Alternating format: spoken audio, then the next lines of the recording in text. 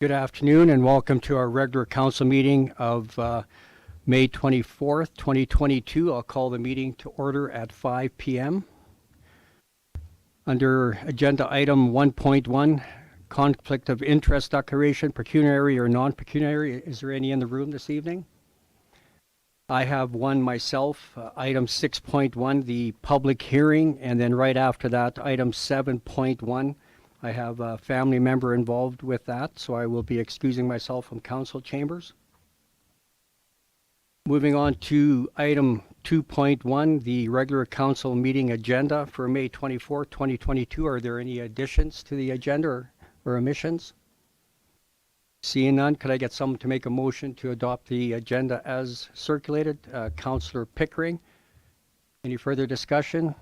Seeing none, I'll call the question. All those in favor? Carried unanimously. Thank you.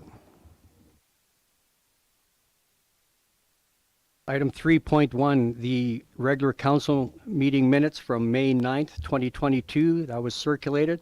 Any errors or omissions?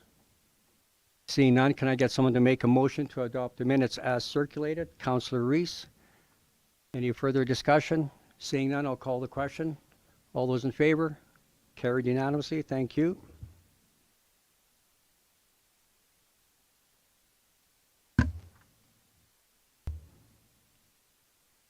Okay, moving on to item 6.1, the Land Use Bylaw Amendment Bylaw 848-P-04-22, the public hearing. I will pass it over to our Deputy Mayor, Jason Avery. Mayor Van Rijn.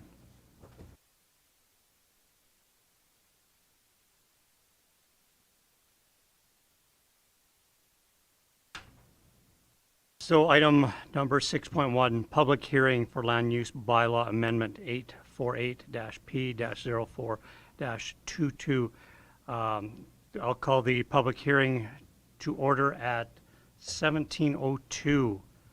The purpose of this hearing is to present council with proposed Land Use Bylaw Amendment 848-P-04-22, which proposes redesignate the lands legally described as Lot 3, Block 5, Plan 7710468 with the civic address 1205 18 Avenue from commercial C1 to industrial I.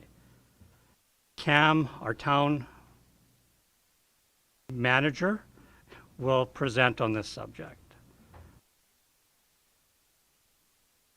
Thank you, Deputy Mayor Avery. I appreciate that. So I am speaking on the issue on Melanie Messier's behalf. Melanie prepared the report, and I understand that first reading on this issue was passed at a previous council meeting, so there is some familiarity with it. The issue in question is a rezoning application. There is an existing commercial lot, a lot zoned commercial C1, for which the applicant is applying for redesignation to the Industry I district. This particular lot is basically an island of commercial surrounded by otherwise industrial uses, and my understanding from the file is that this was rezoned to commercial approximately 20 years ago to accommodate, I believe it's a public gathering type of use that was requested at the time. From administration's point of view on this issue, this is an application to rezone to industrial in an area otherwise identified for industrial purposes, so it meets all of the various guiding documents and principles that we would apply to this sort of thing. So administration certainly has no concerns with the request. However, like any rezoning application, this is something that we do hold a public hearing for, which is what we're doing here today, to provide anyone who might raise any concerns that we're not familiar with an opportunity to do so. Administration has received no feedback from the public on this issue. I don't know if anyone in attendance is here to speak to the issue, but at this point our understanding is that there is no one within the community that is expressing any particular concerns with the request. Thank you, Cam. And how was the public hearing advertised? That would have been advertised in the Sunny South News as well as through direct mail out to the standard forms. Okay. And is there any questions council has of Cam at this time? Do we have anyone in the gallery here to speak for or against? No? Okay, go ahead, Councillor. Mayor I'll get this straight here. Sure. Next month. Next month. Deputy Mayor Jason Avery, just a quick question through to Cam. The applicant for the rezoning is still the current applicant, still the current owner? That's my understanding, yes. Thank you. Is there any other questions from council? I see none. I hereby declare the public hearing regarding land use bylaw amendment 848-P-04-22 closed at 17:05. So we will move straight on to agenda item 7.1 regarding land use bylaw amendment 848-P-04-22 that will be discussed. Does council have any questions?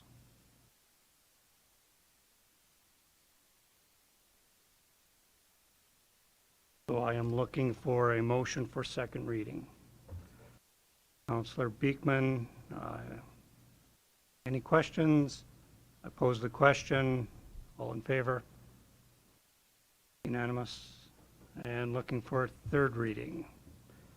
Councillor Reese, and I pose the question. All in favor? Unanimous. Thank you, Cam. Thank you.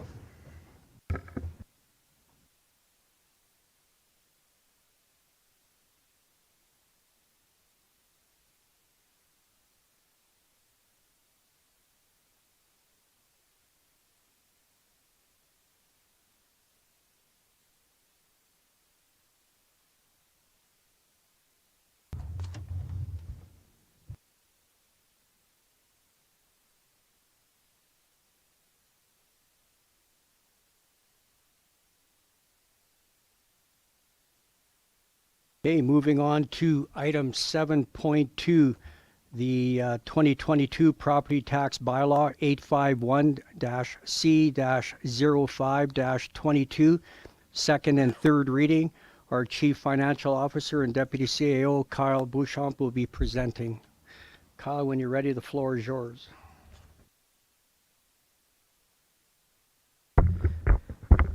Okay, thanks and good evening, everybody. So again, yes, we have property tax bylaw 851-C-05-22 presented to council for second and third reading. This bylaw is being presented as amended. As council will remember, first reading was passed on the May 9th council meeting. There has been a slight change in the tax rates to adjust for the finalized tax rates from Lethbridge County, which the town of Coaldale must take into consideration for any annexed properties in the municipality. For the municipal tax levy, that rate is set by town council. Budget requirements as approved on December 20th, 2021 is $9,089,666. Attached to this report, we do have a summary of the assessment figures for 2021. The provincial tax levies, so there's two provincial tax levies to which town council does not have any control setting over. These are set by the requisition bodies. So first is the Government of Alberta, which applies an education tax levy to the town of Coaldale. This is total of $3,050,100, up from just over $2.84 million the previous year. The second requisition is for seniors housing, which is set by Green Acres Foundation. Total levy for this is just under $168,000 for the year, which is up from $156,000 from the year before. So scrolling through the bylaw, first there's kind of the generic commentary on it, and on the screen council will see a summary of the, sorry, you can go back, John. Sorry, up. Scroll down. That page there. Town council will see a summary of the assessment for the different categories here with the associated mill rates and the tax collected required for the town of Coaldale to fulfill budget requirements. As we kind of scroll through the report here, what I have is some comparable tax rates. So this top one here, 2021 tax rates, summarizes Coaldale's residential, non-residential, and the ratio between the two compared to municipalities of similar size and of similar proximity to the town of Coaldale. What we've done on the second chart here is taken the proposed tax rates as part of this bylaw and essentially plot them back on the graph to show town council where Coaldale's tax rates would be moving as part of this. Just to note, this is comparing to 2021 tax rates, so these will be changed based on the municipalities finalizing their 2022 tax bylaw. But again, I believe it's kind of a good comparative for town council to see where we're changing. Next on the screen here is a summary of the mill rates for residential and non-residential, the change between 2022, so this year and last year. So you can see the net mill rate for residential will increase by 0.9%, largely or all being the requisition amounts. And for commercial, municipal is 3.6, followed by the requisitions totaling 4.8%. And on this next screen here, what I've done is taken the residential, commercial, and industrial average assessment value for this year and last year, and showing on here what the financial impact would be to each resident or business for this tax change.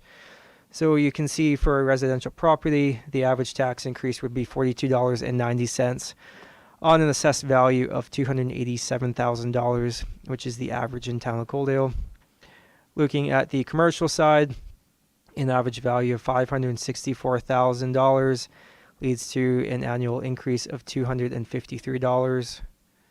And industrial, with an average value of just under $800,000, is an average increase of $732. As I said at the beginning, this is presented as amended, as there is a slight change to the tax rates for the annex properties.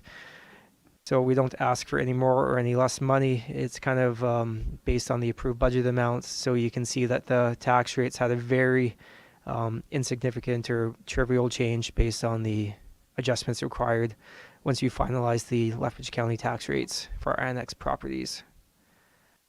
With that being said, I will turn this back to Town Council for any questions. Thank you, Kyle.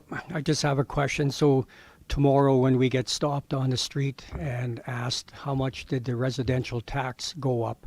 So on this chart that you give us here, so it went up 1.35%, like that's the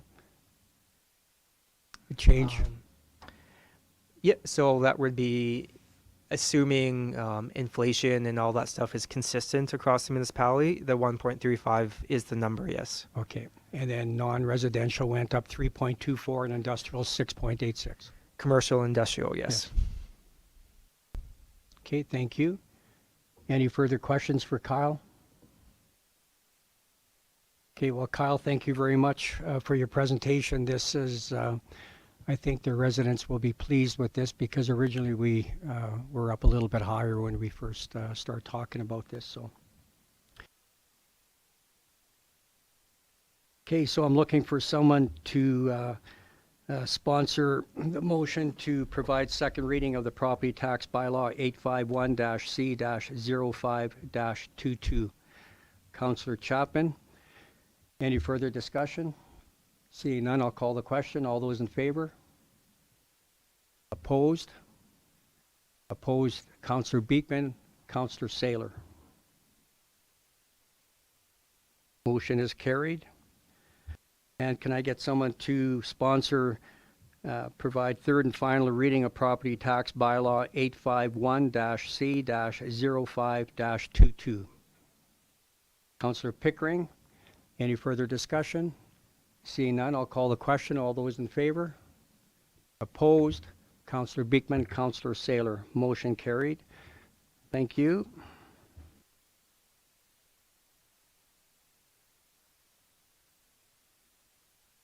Moving on to agenda item 7.3, the solid waste bylaw 852-C-05-22.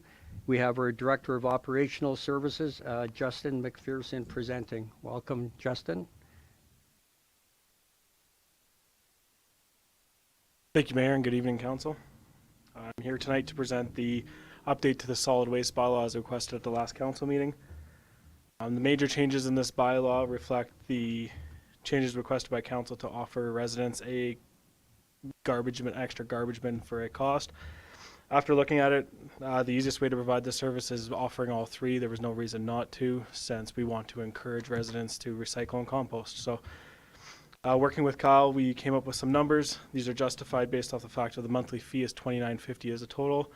We took that fee, referenced the bylaw, and the cost per service stream, including collection, so that waste collection as well. We came up with the bin rates are $125 plus GST. It's essentially what we pay for them. And then garbage, compost, recycling. Garbage is $11.50 a month. Compost is $9 a month, and recycling is $9 a month also. One other thing that changed in this bylaw, you'll notice, because we had to update the utility rates bylaw, we cleaned up this bylaw a little bit to remove Schedule A, which was the fines to do with garbage, and we moved that to the utility rates bylaw as well. So you'll see that referenced in both these presentations to council. I'm opening up the floor to the mayor and council for any questions. Okay, thank you, Justin, and thank you for getting this ready for us so quick. So I'll open up for any questions. Councillor Chapman. Thank you, Mayor Van Rijn, and through to Justin and Kyle. Thank you so much for putting this bylaw forward with the amendments. I want just a question outside of the bylaw itself, and my question is about the pickup schedules for, as we had talked about at previous council meetings. Are the schedules for pickups still going to be the same as previous? Yes, there's no changes to the schedule pickup. Thank you. Appreciate that. Any further questions or comments? Seeing none, can I get someone to to sponsor first reading of utility bylaw 853-C-05-22? Councillor Reese, any further discussion? Seeing none, I'll call the question. All those in favor? Carried unanimously. Thank you. And could I get someone to sponsor second reading of the utility rate bylaw 853-C-05-22?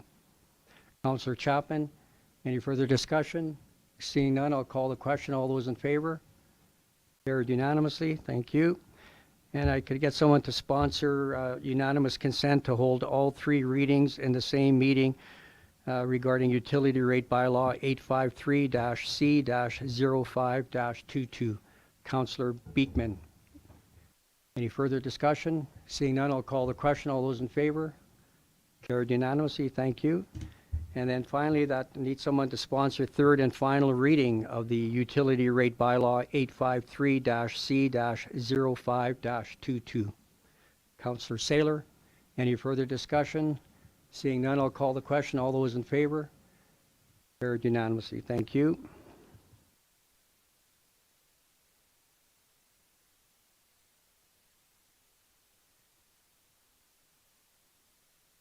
Okay, moving on to item 7.4, the utility rate bylaw 853-C-05-22.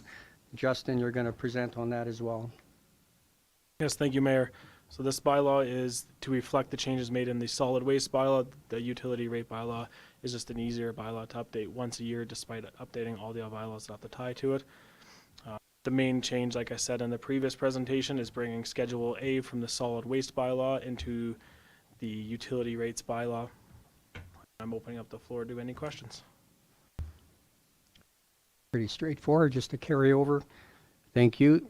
Could I get someone to sponsor first reading of utility rate bylaw 853-0-05? Councillor Reese, any further discussion? Seeing none, I'll call the question. All in favor? Carried unanimously. Thank you. And now for second reading, can I get a sponsor? Councillor Saylor. Any further discussion? Call the question. All those in favor? Carried unanimously. And for unanimous consent to hold all three readings in the same meeting regarding utility rate bylaw 853-0-05-22. Councillor Chapman. Any further discussion? Seeing none, call the question. All those in favor? Carried unanimously. And a sponsor for third and final reading of utility rate bylaw 853-C-05-22. Councillor Pickering. Any further discussion? All those in favor? Carried unanimously. And just a point of order on 7.3, I called that one utility rate bylaw. It's actually solid waste bylaw. Okay, thank you, gentlemen. Okay, we're going to back up now to, we have some guest speakers. We have a delegation this evening. We have our Executive Director of Family Community Support Services, or FCSS, Zach Morrison. And we also have their board chair, Merrill Harris, visiting with us this evening as well. Welcome, gentlemen. When you're settled in, the floor is yours. Okay, thank you.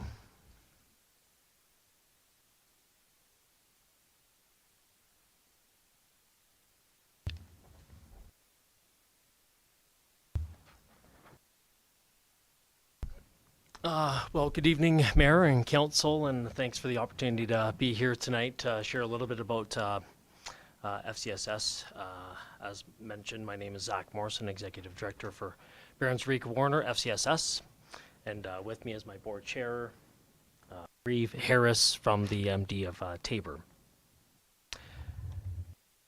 So I've been thinking a little bit about how to bring forward this presentation this evening, and what comes to mind first for FCSS is that the organization starts with relationships, and that usually starts with a family between parents and children, couples, the family unit, but as well as the relationships that we have within the community and the partners that we work with. And this organization's always had a good relationship with the town of Coaldale, and I think particularly over the last couple of years, there's been a number of different initiatives that really have shown how Barons Rica Warner and the town of Coaldale thrive to bring exciting and new things to the municipality. Over the past 2 years, I think we've all experienced our own challenges, but I think one of that true is relationships. And as many of us probably know, families have struggled, and FCSS has been there to help with those relationships, whether it's been parents trying to homeschool children during lockdowns, additional strain put on couples and marriages and relationships. FCSS is prevention-based, though, and the intention of the act and the regulation, which has been around since the mid-60s, is prevention and is to help build stronger families and stronger communities. In the last couple of years, myself, the organization, the board have considered how can we best utilize the resources that we have within the organization to best serve families and communities within the Barons Rica Warner area. So over the next couple of minutes, I just wanted to take council through our current space and limitations at the Coaldale Hub, what it was originally intended for, how we're currently using it, and then bring forward the request that I think there's some value and some opportunity to expand some of the use of space that the organization utilizes within the Coaldale Hub. Next slide, thank you. So this is the council met over at the hub for a while during COVID, and that was on the kind of the one side of the lobby. FCSS utilizes or occupies the other side, and you'll see here that there's the lobby, activity room, and on the top of the slide, kind of a meeting room, and then council had met on the far right-hand side of the screen. As we look at this, full space and thinking about how the town of Coaldale grows, the families that are moving to the area, we want to try to better utilize this space with the services that Barons Rica Warner offers, to bring further services to the community, provide that in a way that's of the utmost excellence, and still keeping that personal or small town feel of the services being provided to families. Next slide, please. So this is the original intent of the space that we're currently utilizing in the original staffing. So someone in the room may be able to correct me when the building was built, but I think around 2012. And during that time, there was kind of three primary uses for the space. The activity room, which was for early childhood development, a meeting room for support groups and parenting groups, and then offices. At that time, you'll see at the bottom of the slide there's 5 offices. There was 4 staff members occupying those offices, plus at the office closest to the lobby, there was a lending library. So when parents came in, there was an opportunity for them to gather resources that they could take home. Next slide, please. So current staffing, we as an organization have increased the number of staff within this within the hub facility. The room on the top of the slide there is no longer just used for early childhood development, but used as a gathering space for youth as well as family counseling. I believe that council has met the Youth Do crew a number of times, and this is a space where they would gather. In the meeting room that used to be a classroom, we have 3 staff workstations there currently. And then in the 5 offices at the bottom of the slide, we currently have 7 staff working within those 5 offices. So a couple shared offices, and the letting library no longer exists. The following slide, please. So over the last couple of years, a couple of things have happened, and as I had mentioned, the board and myself look at how we can best utilize the funding that the organization has, but we also seek out additional opportunities for services, and one of those comes from Children's Services, which we receive a grant of close to $600,000 for supporting families. That used to be Parent Link Center funding. That's evolved or transitioned into Family Resource Network funding. With that funding, we were able to secure some additional positions, as well as we've been considering how can we best meet the needs within our region and where are the best office locations for that. For Barons Rica Warner, which you would see in the document called Understanding FCSS, which was shared in your packets, we're a 16 municipal organization. So we're serving MD of Tabor and municipalities, Lethbridge County, with the exclusion of City of Lethbridge and municipalities, and then down to County of Warner, all the way down to the border of Coots. So you'll see, based upon that geographical picture, that Coaldale really serves as kind of the hub or the center for that region. What we'd like to do is, we have a few new positions that don't have office spaces or workstations, but we'd also like to relocate a couple of the staff that we currently have housed in Tabor and centralize them in Coaldale. So you'll see here that we have 6 additional staff positions that we'd like to bring to Coaldale in combination with or in addition to the 10 that we already have.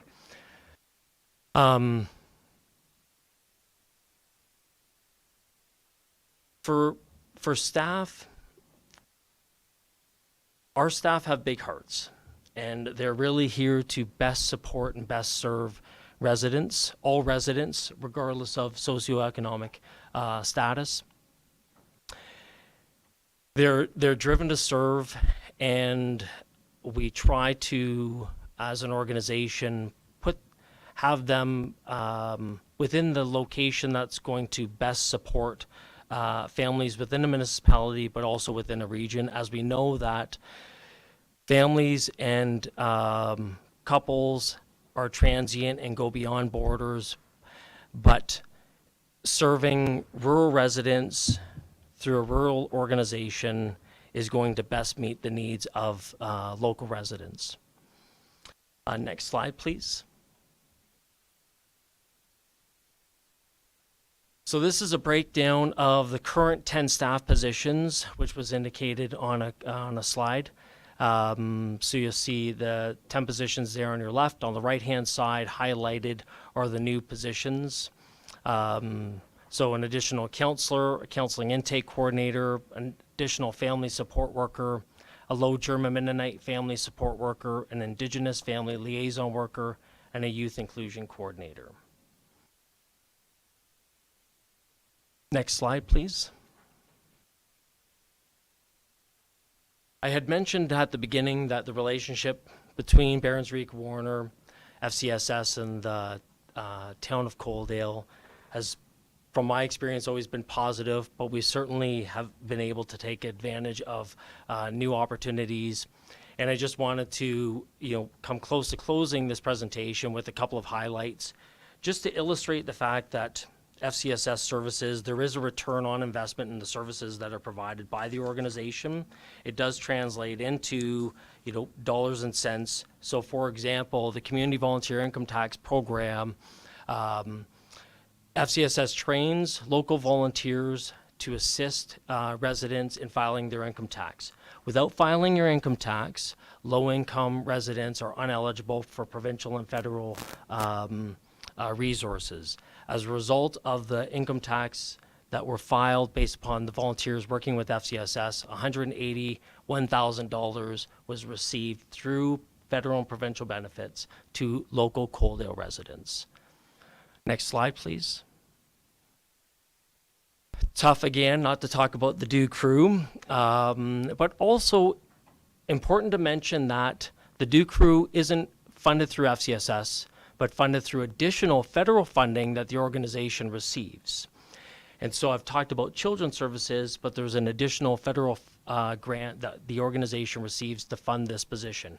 Now, of course, we're a collective, we're an organization where we work as a team, but there's additional funding coming in for the staff position, but there's hours, volunteer hours that the youth participate in to not only develop their skills, their abilities, but there's a dollar amount that can be equated to those volunteer hours. So for example, in 2021, the Youth Do Crew in Coaldale volunteered 794 hours throughout the course of that year.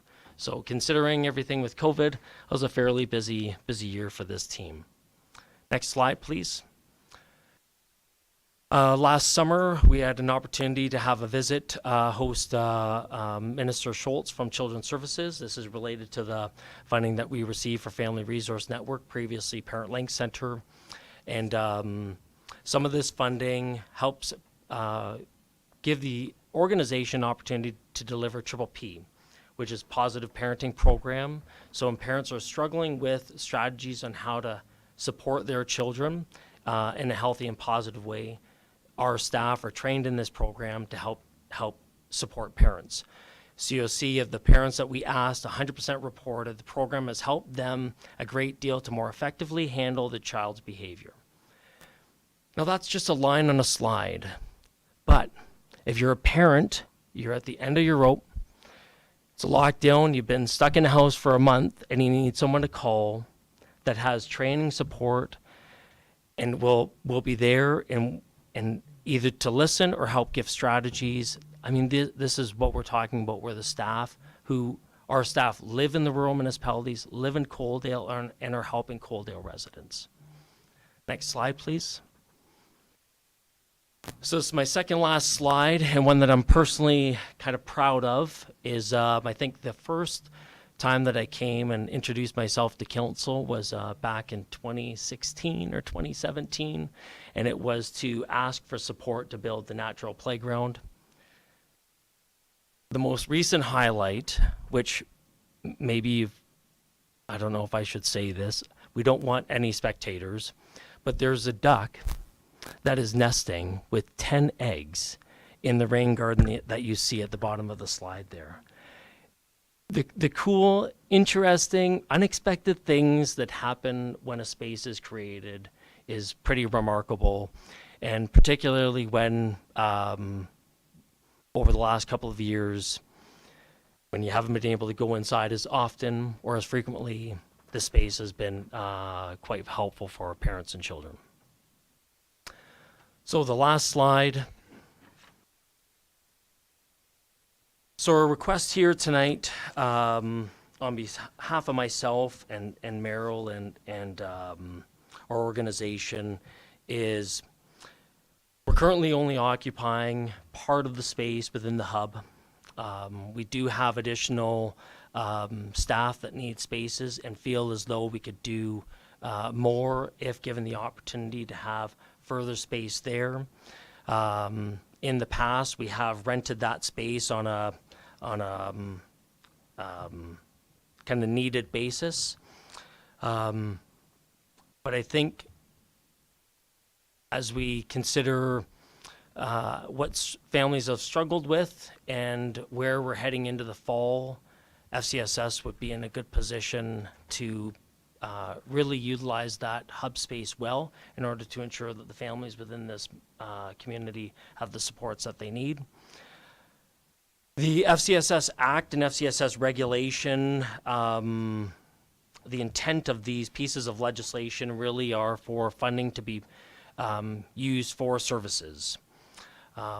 It is unclear within those documents whether it can be dollars can be used for rent. It's not listed as either a allowable expenditure or prohibited. But as I say, the intent is for the dollars to be spent for services. As Merrill and I sit here, we know that FCSS does not have a large budget, and the budget that we have goes to helping families. Up until this point, the organization has occupied the space at the hub on what I would say is kind of a cost recovery basis. And we would, be looking for something similar moving forward in order for the services to be received by residents. I would ask Merrill if Merrill and I tag teaming here, but I'm doing all the talking, so. Well, that was the plan. As you know, Council, thank you, Mayor and Council, for allowing us to be here tonight. Resources are finite, and FCSS is no different. I've been lucky enough to be on the FCSS board now. I'm on my 9th year. Councillor Chapman has been on there, and I believe Councillor Martin in front of Bill was one that, so I've been with a couple of councillors from the town of Coaldale. As you can see, there's FCS, Barron-Jericho-Warner FCSS is made up of 16 different municipalities in the 3 counties that Zach mentioned. And we're very lucky that we have that kind of an organization, because if we didn't, the town of Coaldale, the town of Tabor, the MD of Tabor, all these individual municipalities would have an FCSS program to run. And by combining our resources, we've been able to do a lot more than any one of us could do individually. And the longer I've been on FCSS board, the more I appreciate what Zach and his team are doing, whether it's helping with early childhood development, counseling, working with the low German Mennonite population here in southern Alberta, or the Indigenous population. They're doing good work.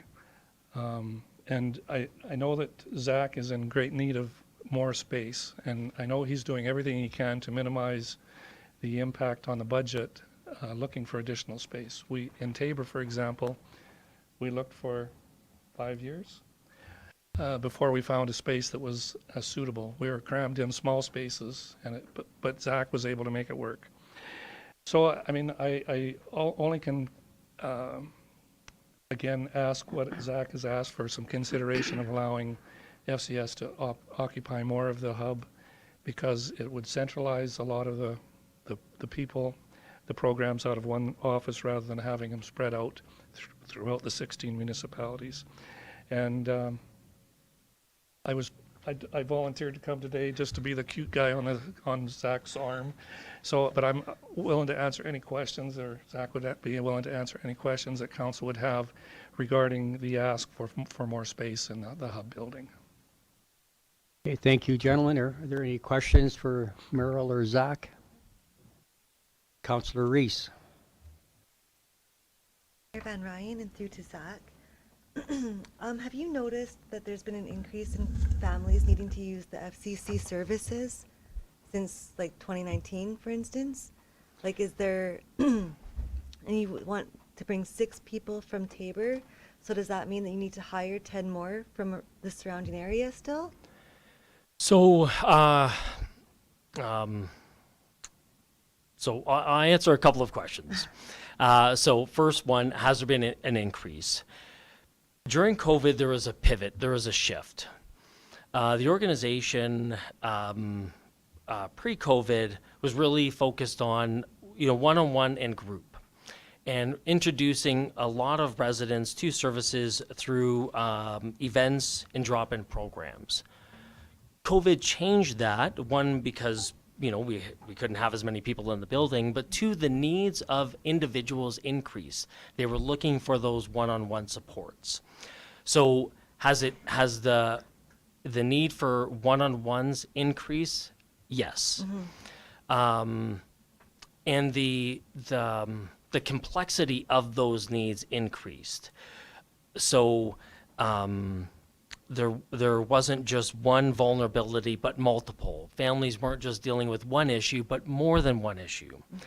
And so staff, it was a big pivot for staff who, as you can, visualize, they were used to, kind of like teachers teaching a group of people in front of them. And now as we all shifted to online, our staff shifted to one-on-ones. And so the complexity of issues have increased, and the needs for one-on-ones have also increased. Now, as far as the new staff in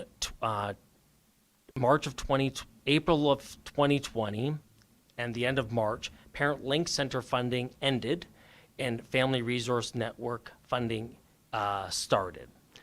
We saw a 20% increase in funding that this organization received. That funding wasn't for rent. That funding was for services, for individuals. And so the new staff you see there are in new staff. People have been working from home for a year and a half. And so looking to bring people back. Now we do multiple workstations and a variety of things. Merrill had mentioned, so in addition to that new staff, Merrill had mentioned that we looked for space in Tabor for about 5 years. Mm-hmm. We were in the Tabor clinic. We were very limited. We have a new space that we were able to secure in Tabor about a year ago. What we'd like to do is relocate some of the staff that we had there and centralize them. So in the slide you had seen counseling intake coordinator. Mm-hmm. That position would be best served in a centralized location alongside our family services intake coordinator, who is in Coaldale, so that those staff members are working literally across the hall from one another. So if someone needs supports, yes, they could call a staff member that they might know, but they can also call the intake line, because the staff person they know, they might not want to see the person they know, they might not want to bring forward that issue, or that person might be busy. So we're able to look at all the resources we have and best utilize those and set that individual up with the ones that's going to be a best fit. Sometimes the services, you could live in one municipality, but you'd prefer to receive the service in another. So for example, if rather than receiving counseling in the village of Warner, where if your one car is parked outside that building, which is the town office at 6 o'clock at night, you'd maybe rather go to another place so that it wasn't identifiable. And we see that across the region. So does that answer? It does, thank you. But then I guess my other question is, what happens if you start to slow down because people start to rebound from from the pandemic? Like, do you foresee that you're going to need these services just as much as you needed them 2019 and up until now? Well, so we work with the town of Coaldale on the emergency social services plan, and we have 4 of our staff who have roles within that plan. and I see prevention-based social services kind of like a fire. So fire happens, fire trucks go out, put the fire out. All is done, right? Not really. People don't have a home, they don't have clothes, it's been a traumatic event, they need to find a new location. Coming out of the pandemic, it's been that emergency response. We've had to put out the fire. Now it's a matter of how can we help support people to get back to where we were or even further. And so similar to, say, the field of education, they're looking at, all those years of those year or two of lockdowns, children trying to learn from home. How can we now best support them that we don't see that gap in learning or teaching for years to come? So I see it kind of quite the opposite, where we're not slowing down, but we're really going to be revving up because now the fire is out. But the stress of that is going to carry on for, a good number of years. Thank you for answering my question so detailed. Yeah, you're welcome. Any further questions? I'm going to have one here, Zach. So on your PowerPoint slide that's up right now, bullet points 4 and 5, where it says that maintain the current hub availability for town events. So the community room, that'll still be available, and then the bookings, is that going to be done through FCSS or is that going to be done through the town? We've been discussing that with management, and we're comfortable, either way with the bookings. We're happy to take on that responsibility and ensure that it's still available to community. We see the hub as a community hub, and there's been when town events happen at the community hub, we work with town staff to help facilitate those. Within the strategic plan for the town of Coaldale, it says relationships. I've talked about relationships, and I really feel that, there's a healthy one there, and we would want to continue that. Obviously, we want to see that facility, that building, utilized to as much as it can be for community. So that would be evenings and weekends then? Yep. Okay, thank you. And then we'll be discussing the FCSS rental agreement further down on our agenda this evening. So one more time, any more questions or comments? Councillor Chapman. Yeah, thank you, Mayor Van Rijn. Just an addendum to your presentation. In 2020, Barron's Eureka Warner FCSS celebrated their 50th year of operation since 1970, and so because of COVID, we weren't able to declare a celebration of sorts, but just as part of our formal conversation tonight, that 50 years has gone by, and Coaldale has been a primary source of for the operation of FCSS. In fact, we do our banking for FCSS through the town of Coaldale, so that's really important feature for the town to be a partner in this program. And so speaking in favor of the ask overall, I'm certainly hoping that we can move things forward, because I see, even with the town of Coaldale growing the way it is, just in our prior discussions earlier, I think this will have a great impact on the community of Coaldale in terms of a lot of the dynamics that we're encountering today, and of course the number of culture groups that are establishing Coaldale as their home base, both from the LGM, Indigenous communities, and other community people that are part of this community that are looking for a stable home. Thank you, Councillor Chapman. Zach, while we got here, you want to do some bragging about that national award that the Duke got? Well, it was a tremendous recognition that our organization received, and our staff. It was a national recognition with projects occurring internationally. So, and our due crew coordinator who would have presented here to town council, Shannon, she's actually moved on to a new position, and we feel the opportunities that she gained here by coordinating that program helped her to flourish and move on to her next position. So I think that the Duke crew, the concept is great. I think they've done great work, and happy that it's happening in all 16 municipalities. And we've expanded it now to not only Duke crew, but Duke crew junior. So kind of preteen age, which is also meeting a niche in some of the municipalities. So yeah, it's a great work done by the staff. Another example of that. So thanks for acknowledging. Okay, great. Well, congratulations. Councillor Chapman.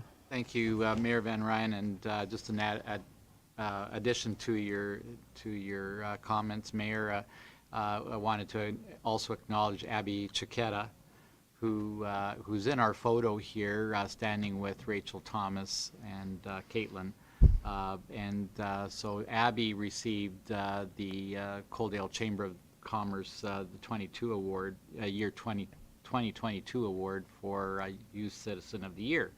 So we're just really proud of our youth, and of course she is the youth do crew part with doing the sidewalk art, and so we're just proud of our youth who stepped forward to build Coaldale. Thank you. Okay, well, once again, thank you, gentlemen. Great presentation, and we'll talk to you guys again soon. Thanks, Merrill. Thanks, Zach. Okay, moving on to new business, item 8.1, firefighter property tax credit. We have our Chief Financial Officer and Deputy CAO, Kyle Beauchamp, presenting. The floor is yours, Kyle.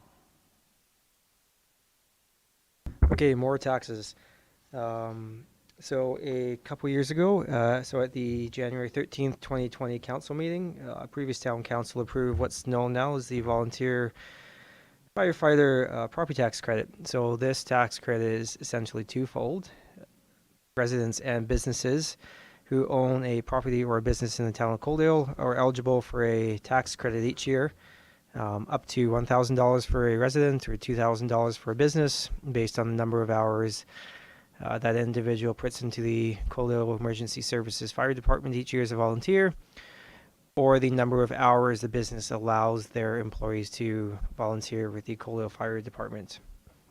So with this being a tax credit, the tax credit can only be applied annually after Town of Coaldale Council approves essentially a write-off of those property taxes under Section 347, 1 of the MGA, so the Municipal Government Act.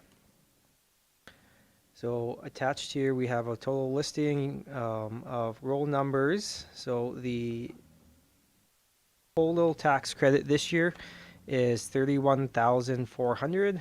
This is up from previous years of $22,000 to $23,000. So that's twofold in that we have an increase in the number of volunteers, as well as increase in the number of hours that volunteers are putting into the fire department.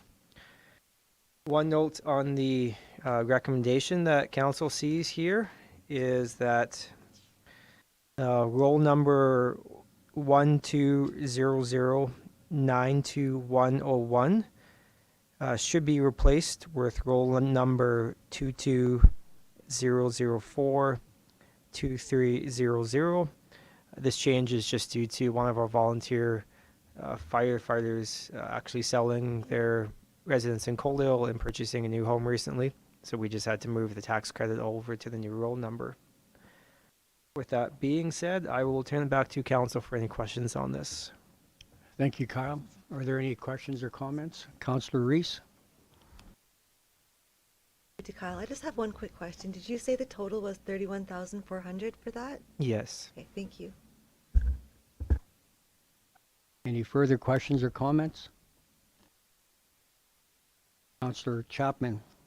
Thank you, Mayor Van Ryn, and speaking in favor of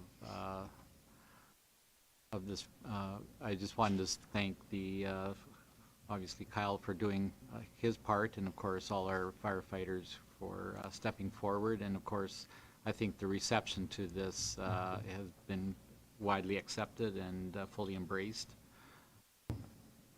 And if you need a motion, you can make that motion to approve the, wait a minute here, approve the cancellation of taxes for residents and businesses that have qualified for the volunteer firefighter tax credit. Thank you, Councillor Chapman. Any further discussion? Seeing none, I'll call the question. All those in favor? Carried unanimously. Thank you. Thanks, Kyle. So moving on to item 9.1, Kyle will be presenting on the financial update for Q1.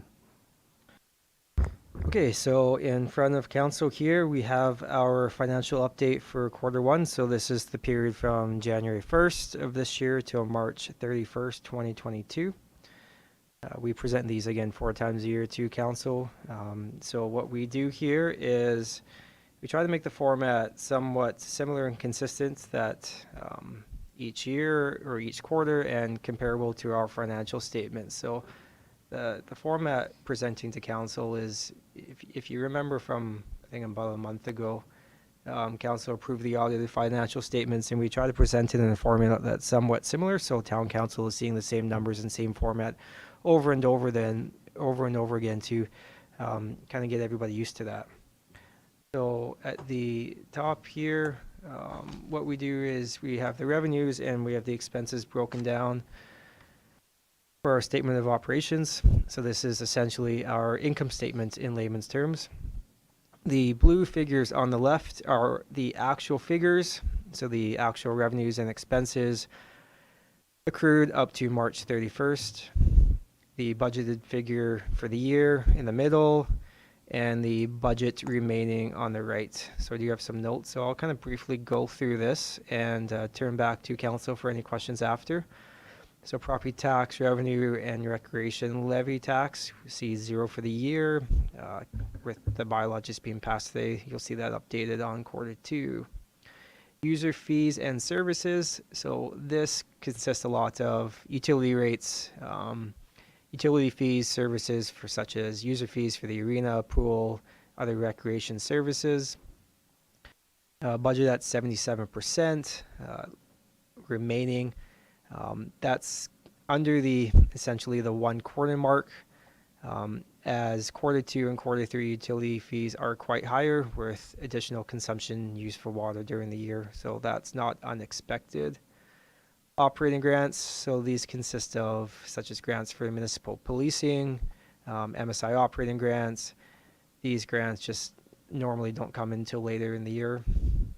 Land development consists of our land sales in our Northeast Industrial Park, as well as the profit from the water rights, which closed this year. Franchise fees, you will see, is higher than budgeted for quarter, are largely due to the widely known increasing utility rates. So there is a slight increase in franchise fees there as well. Sorry, I combined before user fees and utility rates. So there is a separate line for user fees. So this again is for items such as rental of the arena, pool admissions, other recreational and user fees. Investment income, fairly self-explanatory there on our cash and bonds. Fines and penalties, for the radar, penalties on overdue taxes as well. That's at 80%, but again, a large portion of the fines and penalties on taxes are levied on July 1st after the deadline for unpaid amounts. License permits fees, so this consists of development fees, business license, animal license, etc. And other, so that's a big amount. That is the donations largely received from the Colio Strong campaign for the first quarter of the year. The expenses, so I find this generally easier to kind of break our expenses down here. So salaries, wages, contracted services. You can see these amounts are fairly consistent with our budget. Salaries and wages say 73%. That is higher due to how our vacation accrual works. That's kind of a timing difference that will even out throughout the year. Property tax requisitions, that's the first quarter payment paid to the Alberta Education and our Green Acres payment. This amount will be on budget regardless, as we change the amount based on our requisitions, which are finalized in 2022. The budget amount you see there before was just an expectation that will be changed when the tax notices are finalized. Just an item of note here, breaking down a couple of the significant items. The biggest one-line expense the town of Colville has is contracted services for the RCMP at a budget of $1.647 million, to which so far we are under budget for the first quarter, as we did receive a little bit of credit for vacancies, staff vacancies in the past year, which we recognize this year. And the one item of note that there is in all but a sure likelihood of going over budget is our utility, natural gas and electricity expense for the year. As everybody's seeing, there has been approximately 23% increase in this. So we're going to keep monitoring this, but it's likely going to be an item, depending how this kind of shakes out over the next 9 months, that we do have a risk of being over budget. That is the operating side. Before I turn the capital, any questions there, or would you like me to continue? Any questions for Kyle? Councillor Chapman. Mayor Van Ryn, through to Kyle, just 3 quick questions. Regarding the community center, are we up to full complement now? Is it like being utilized quite steady? Yeah, I believe it's back as to historical pre-COVID trends, yes. Okay, thank you. RCMP question, are we at full complement with the RCMP, or are we paying for resources that aren't there, that are part of the contract?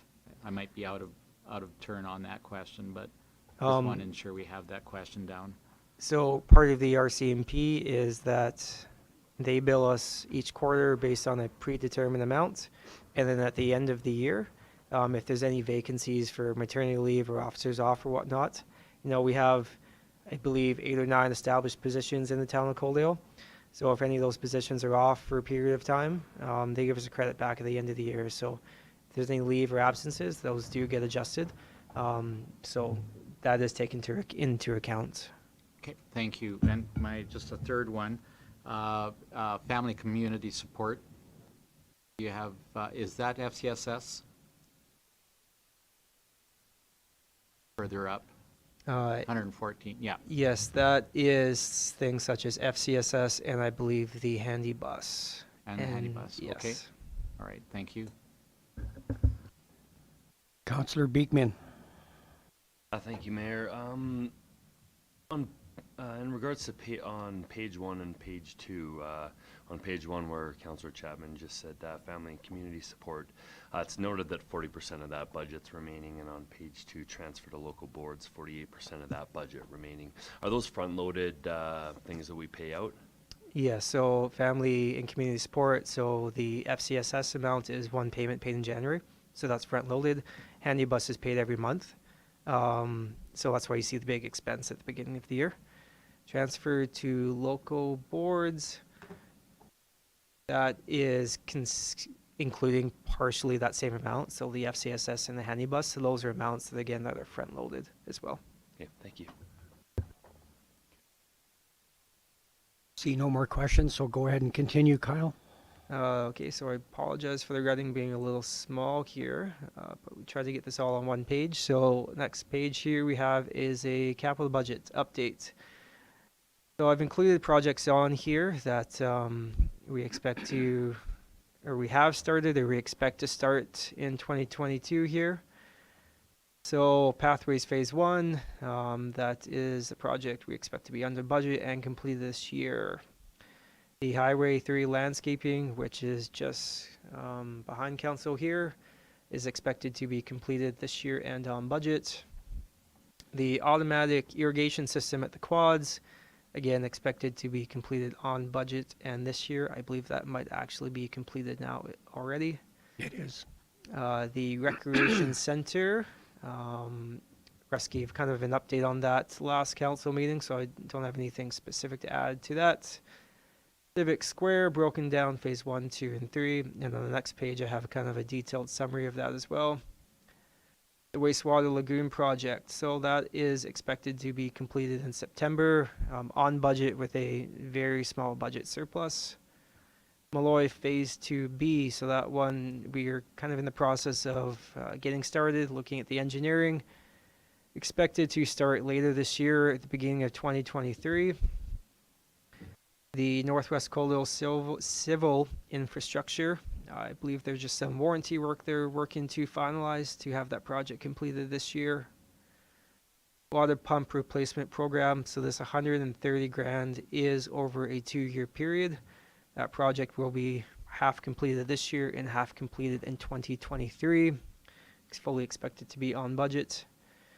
And then we have the machinery, equipment, and the vehicle purchases, which are all expected to be completed this year and either on budget or a budget surplus, as noted in the comments there. Any questions from council or anything I can go over further on this page? I don't see any, so And continue, the please. final data that we have here is kind of a breakdown for council on the Civic Square project. So this is based as of April 22nd.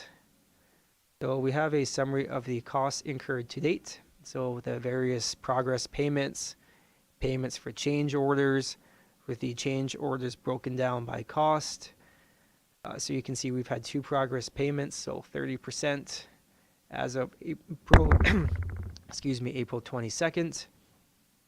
The total incurred to date of 2.67 million, with the balance of the construction contract remaining of 3.7. Going forward, we have further anticipated costs of change orders that have been approved but not yet billed. We do have total anticipated costs, including full contingency, of 6.55 million, with a budget of 6.395 million. Leaving a deficit of $155,000. However, there is still town contingency savings that if these funds are not spent, the town will receive them as a credit of $204,000. So the surplus deficit right now is a surplus of $49,000 after the contingency as of April 22nd. Turn that back to council for any questions. So just a quick question on that, your last comment. So the contingency of 204,349, all that's left remaining of that is the 49,082. So the 204,000 is currently remaining. Okay. But you'll see, so the 155,000 is currently where we are over budget. If we don't use any of the contingency left, so the 204,000, that would leave, we would get that credit back of 204,000. That would leave us as a total project budget surplus of about 50 grand. So right now, if we are fairly long in the construction project, we don't anticipate any major significant changes at this point. We're looking to be basically right on budget with a small surplus of 49,000. So are there any items that aren't accounted for yet that need to go into this facility, like the furniture, the audio, visual, TVs, all that sort of stuff? Is that part of this, or is that something that we have to come up with yet? That's something that we're going to be able to fit in our operating budget. So the IT stuff, we can fit in our IT budget. The furniture, we do have a couple areas of surplus that we can draw off this year from our operating budget. So we don't have to worry about touching this construction budget to be able to fund those costs. Okay, thank you. Kalen. To add to our CFO here, just like today, for example, we received an email that the wood skin doors that were originally spec'd have a 30-week delay. And so we're looking at some alternatives, including some laminate doors. Unfortunately, to go with a laminate door, which is in stock, would add to an extra $10,000 for the town's share of the project. So there are still some supply chain delay issues that may result in us having to look at an alternative material. Now, when you look at an alternative material, sometimes it's cheaper, but in this particular case, if we can't find a suitable alternative to the laminate door, there would be a $10,000 extra there. So although the project, as you've noticed during our tour, is in the mudding and taping stage, there are still some potential unforeseens between now and the finish line. There is also an opportunity, to the mayor's point, for some potential extras for council to look at, and to that effect, we will be taking a report back to council to see to what extent there's interest in exploring some of these extras that are above and beyond the contract. And one example of an extra that I'm referring to is enhanced exterior lighting around the building. You can customize that for different colors for different events. At that time, that wasn't put into the tender, just given that we had already seen the initial material cost escalations as a result of COVID, so we were mindful of not building into the initial tender some of these items. But now would be a good time to add them if there's interest in council before they finish all the exterior work. And that's up to council to decide whether that's an extra they wish to pursue now or later. It is simpler to do now, but it'll likely be tens of thousands of dollars. So to your point, Mr. Mayor, we will have a report with a bit of a menu of options for council to decide what to do, not to do, or what to defer till later. One example of just regular construction would be the 30-week delay for the wood doors, and we're hopefully going to find an alternative. Thank you. Deputy Mayor Avery. Thank you, Mayor Van Ryn. So, you know, the expenses are the expenses, but are some of these, like the transformer, have we applied for a grant because we had to upgrade the transformer so we could do the e-chargers and offset some of this money with that grant money, or is that grant money for something else with these electric charging stations? I believe that would be something else. I can't speak specifically to that myself. That may be a question I'd have to defer to Dustin, our engineer, and come back with an answer to you on that one. But my initial gut would say it's something different, but I can't confirm or deny at this time. Okay, and then the last, the fiber optics. How did we miss putting fiber optics into and internet access into our facility when we were tendering it? Because that's a pretty big overage on our budget. Yeah, so the fiber optic system is kind of what we have is a fairly unique system that connects all our buildings together to one central hub. So essentially allows our internet at all our facilities to talk together and run fairly inexpensive together. I believe at the time it was something where we assumed perhaps we could just run its own internet line to the facility without having to connect to the network and incur this additional charge. Once we kind of got into it though, we found out that wasn't the best recommended solution with all our facilities to talk to each other. And unfortunately, it was something that was missed that now we have to look at adding back in after. Any further questions for our CFO? Okay, well, thank you, Kyle. Could I get someone to sponsor a motion to approve the financial update for March 31st, 2022 as presented? Deputy Mayor Avery. Any further discussion? All those in favor? Carried unanimously. Thank you. Moving on to agenda item 9.2, the comparative financial analyst 2021, and we have our Director of Growth and Investment, Cameron Mills, presenting. Welcome, Cameron.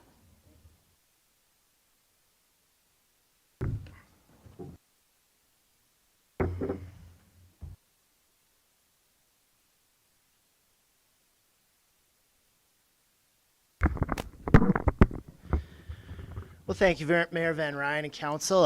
It's my pleasure to be speaking about this particular topic with Council this evening. So just to provide Council with some background, what the comparative financial analysis ultimately is it's a result of some conversations that we began having as an organization pushing off about 4 years ago, where, just kind of looking at what we do to analyze ourselves as a business and to understand our performance and understand how we're positioned within a market, and also to think about how we communicate that information to our ratepayers and to our businesses, and to provide them with the best possible understanding of how our organization is run and how our decisions are made and all of the rest of that. And so ultimately what you have here is the third iteration of this report, and it's a report that is typically presented in December, and will be presented again. The fourth iteration of the report will be presented in December. This one was delayed a little bit, what with all of the activity we had coming out of the election with strategic planning and all the rest of that. So what this document ultimately is it's taking a look at, as council knows, we publish a financial statement. We do an audited financial statement every year, like all other municipalities. And we take that and we take that and we publish it, we provide it to the province. And so this is an exercise where we take those published financial statements from other communities and we analyze our financial performance compared to those municipalities. And so it provides us with an opportunity to basically take almost a look at our organization the way a private company might, right? And so if you engage in due diligence, for example, if you have if you're an organization that runs, a mechanic type operation and you're looking to acquire another, do some due diligence, and you might look at that organization and say, well, what is their labor cost versus ours, and where do their revenue streams come from, and those sorts of things. And so it's an exercise along that line, and it provides us with just a different way of looking at our position as an organization to better understand how we're running it. And so it's something we're very proud of. We are the only municipality fundamentally that does this. I believe Raymond did it once last year using the metrics that we had created. So we were pleased to see that. We think it's a great tool. We think it's a great benefit for our ratepayers to better understand what we're doing. We're so incredibly happy to provide that level of transparency, and we think it's something other municipalities should consider doing as well. I can probably stop bragging about it now. Get on with it. So what I'm going to do is I'm just going to go ahead and pull it up and kind of go through the report. And the purpose of this really, so we provide this report really as data for council. And then after we have this discussion with council as a group, we'll take this information and we'll make it easy to consume. So we'll write a little bit of a report to go with it, and we'll publish it, and then we'll communicate to the public that the report exists, and then we'll prepare some communications. There are 5 benchmarks within the report, and we'll sort of spend a week highlighting each benchmark and trying to have a conversation with the community about what that means and why it's important and so on. So it's an exercise really. We take this report and then we engage in conversations stemming from this report really over the course of the entire year. It funnels a lot of the messaging we have to the community, and it's something that we try to encourage people to read as much as possible. Not to say that everything in the report is glowing. It's not designed as being something where it's all good news. It's about an honest look at our organization and how we're doing and where we might do better and where we're doing well and what have you. So I'll just sort of take you through it here. So what is it? We talk about benchmarking, and it provides us for an opportunity to identify our successes as well as our opportunities for improvement. And nothing in the report as a standalone should be considered 100% definitive in terms of it being the correct way of settling an issue in and of itself. Obviously, every municipality is a little different, has different service levels, has different challenges, but it is one important lens from which we want to look at things. And what we do is we look at 6 comparable municipalities in terms of size, whether what you might describe as large towns within Alberta. And then we also look at Lethbridge as well as Lethbridge County, given that we are surrounded by Lethbridge County and in very close proximity to Lethbridge. Taber and Blackfalds are generally considered to be the most important comparators for us. Taber is 15, 20 minutes away. They're within the same economic region. They're fundamentally the same size. We have a lot in common with Taber. So we always want to look at how is our performance relative to theirs. Blackfalds is a little larger than Coaldale at this point, a little over 11,000 now, but they are the largest community of just over 10,000 in their case, 5 minutes outside a community of 100,000 outside of Red Deer. And so there's a lot of challenges that we face that we have a similar circumstance to Blackfalds. And so they're our closest comparable from that perspective, if you will. And then we look at 5 benchmarks. The initial report looked at the first 4, and then the 5th was added as part of the second report and continues on into this report. So the first benchmark is about operating expenditures and revenues. How much money do we collect from our residents and our businesses, and how much money do we spend operationally to keep the lights on and cut the grass and all of the day-to-day operations associated with running the town. The second is taking a look at taxation and assessment, so the value of properties in town, what our mill rates look like, how much we collect from that perspective. The third, assessment growth, so that's about looking at the value of the assets in town, so the residential properties and the non-residential properties and the growth of the value of those within town over a defined period of time. Population growth, very similar, so we're looking at how is the town growing compared to other municipalities. Obviously, we know Coaldale's been growing, but is that unique to Coaldale or not? And then the last, what we term executive compensation. So as part of our financial reporting, we do in fact publish the compensation for our chief administrative officer as well as the mayor and councillors. And so we wanted to take a look at that and say, okay, this is information that we publish that is clear, so let's look at how do we compensate our executive level relative to other communities. And so we provide that as part of the report. So getting right into that, or just one sort of caveat here, we talk about addressing year-over-year changes. And so it's really important that we do this exercise every year, and that also that we want to try to stay consistent year over year. So if there's a category in which we may not be doing so well, we don't eliminate that category in favor of looking at something else. We want to make sure that in order for this to be a document that folks in the community can trust as being an accurate reflection of our business, we want to continue to analyze the same things every year, right? We don't hide from issues. We don't want people to see this as a marketing exercise. We want them to understand that it's an honest of the community. And so we try to stay relatively consistent. If we add another benchmark, for example, we want to understand why we're doing that, and generally that comes from questions that we receive from the public on a regular basis. If we hear those and we say, that's really something we should be addressing to the community, we know the community wants answers to these questions, we can add it to the report. So beginning with benchmark 1, so the operational expenditure benchmark. So this information is all taken from 2 sources. So the population column comes from Statistics Canada's population values. And so once every 5 years, a census is done. And then Statistics Canada actually provides for population updates between those periods based on a number of factors. I believe they look at building permit values and things like that. And so they actually update that number annually to provide for an estimate for a municipality's population. Anytime a municipality tells you their population, it's an estimate. It changes almost every day. So all population figures are fundamentally estimates. And what we're doing here is we're pulling that data consistently across the board. So we're not using 3-year-old data for Coaldale compared to Blackfalds, who just finished a municipal census. We don't want to do that. We want to compare apples to apples. And so we use the Statistics Canada population estimate for every municipality. That way it's all the same. All the other categories come from those published financial statements that are released every year. And so when we look at this, we say, okay, total operating expenditures. And this is where there's some interest in this document, because obviously, if you talk to folks in the community, when we're looking at the town of Coaldale's operations, our operating expenditures, once you remove depreciation and amortization and things like that, we're spending $14.5 million. So $14.5 million is a lot of money, clearly. But then the question becomes, okay, so $14.5 million is a lot of money, but what does everyone else spend? And what we find is that, Blackfalds at 19.6, Tabor at 21.7, a bunch of these different numbers. And then to provide for a little bit more clarity in terms of, again, comparing like to like, we say, well, what is that on a per person basis, right? And so what you have that next number is to say, well, our per capita expenditures in Coaldale on a per person basis, that's $1,636. So what you can find from there is to say, okay, so Coaldale spends $1,636 per person. That is a fairly low number. And in fact, it is the lowest number in this group.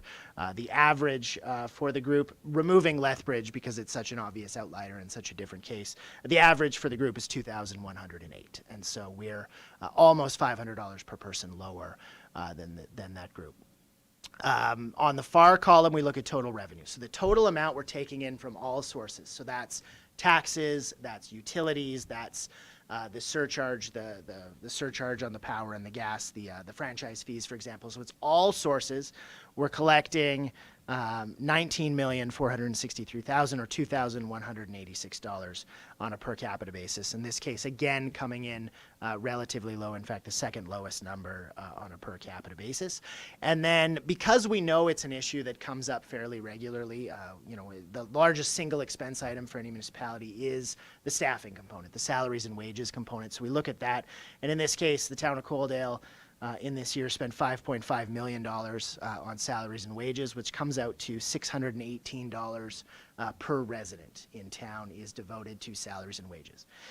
So that is a number in this case that is significantly lower than any other municipality. Even Lethbridge County is the second lowest number in that column, and at $699 is about $80 per person, or over 10% more than Coaldale, even though they are the second lowest number. And in fact, when you look at the other towns, so Blackfalds, Tabor, Innisfail, Edson, Drumheller, and Ponoka, the average salaries, wages, and benefits expense there is $909 per capita.